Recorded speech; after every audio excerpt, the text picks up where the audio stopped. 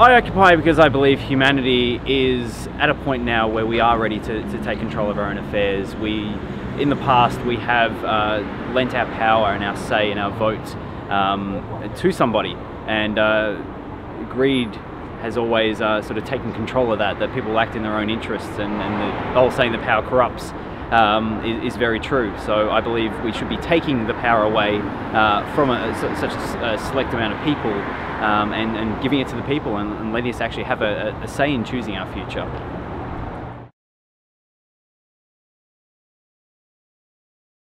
Well, I mean, we only just got out of the GFC, we only just got a few nicks and bruises. I think the economic system cannot sustain itself. It's a debt-based system. It's only getting worse.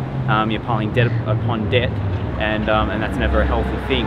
I see that our own financial system cannot be sustained because it is affected by global economies, and these economies are failing.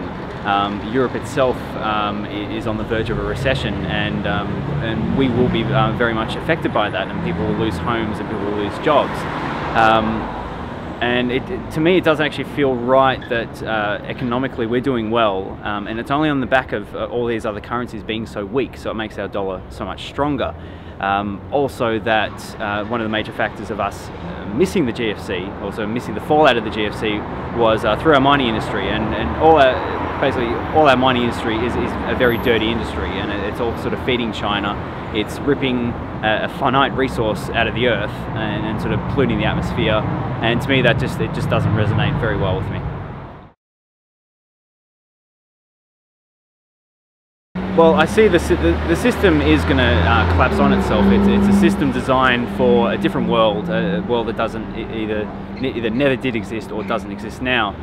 The point is, when we get to that point where things like fossil fuel will run out, or technology will basically, or science and technology will provide us with this either a clean energy source or something that will actually change this balance of power.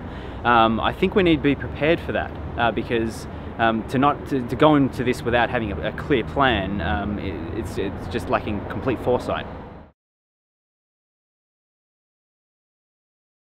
So I wasn't at City Square, but from everything I've seen, it was just absolute overkill. And I think you have to ask why such a crude display of brutality was exerted on a bunch of peaceful protesters. It sort of tells me, what do these people have to hide? What are they afraid of? Are they afraid of the people taking power? And that, to me, the first stage of diplomacy should be negotiation. There was basically no negotiation. There was just I think it was a few days before, there was a deadline, and then just this act of force.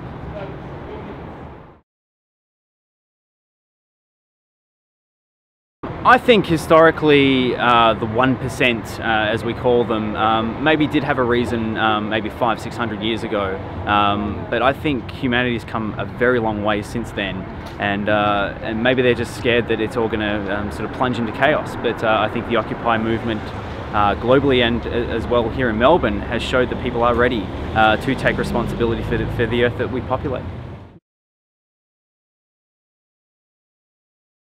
The Occupy movement is a global uprising. People all over the world look at the political, social, environmental and political systems and see them as outdated. They believe that they are outdated by the information and technological revolutions that we have witnessed in the past 20 years.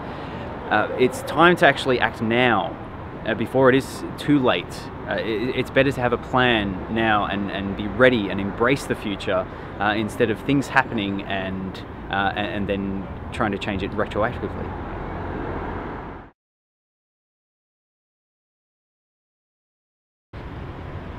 So you're either with us or you're going to be with us.